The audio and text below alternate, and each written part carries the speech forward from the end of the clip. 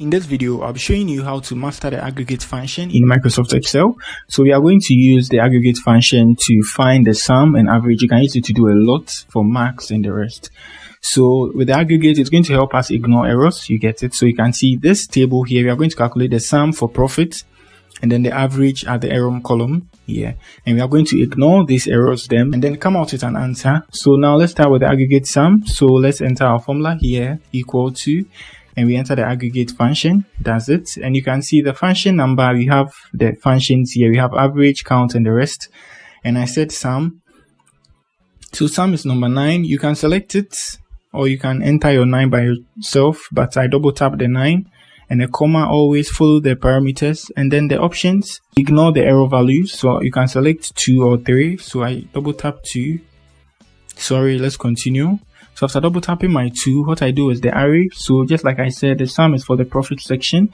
So now we are going to select the whole range, add the errors, then we are going to ignore them just like we did in the formula, and we are done, right? So now we are going to do is we are going to close the formula, and we have 5340. So you can pause the video and then you calculate it yourself. You add them and you're going to see you're going to get that. So should in case this error changes into a number, the total is going to change. That's why we did cell referencing. We didn't do hard coding. Good. So now let's move to the second option, which is the average. Is the same thing. So you just enter your equal to aggregate. The notion behind this is to ignore errors. Yeah. So data analysts use this the most. So now the function number, just like I said, we are looking for average. So let's glance through. Where is average? Average is number 1 actually. So comma to separate. And then we have options. So the options is we are going to ignore hidden rows, ignore error values. Let's go with the 2 once again.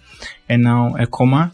And then the array, we are going to get the average from this section here. Good. And now you can close the, and you have this to be the average. That's it on the aggregate function. Very, very simple. It's nothing complicated. It's going to help you ignore some errors in your data and then go on and do your calculations. So now let's go over again. Your first is you select your function number. The second is the options, whether you want to ignore some errors, you want to ignore some subtotals or something like that. Anything you want to ignore in the table, you select from the option. And then you go with your array and you see you have this here in Excel. When you see something like this, you can add it or you can ignore. The function is going to work, and then you close it and you're good to go. So if you're new here, you give me a like, subscribe to the channel. I have a lot of tutorials on Excel. You can check them out. That's it for the video. Peace.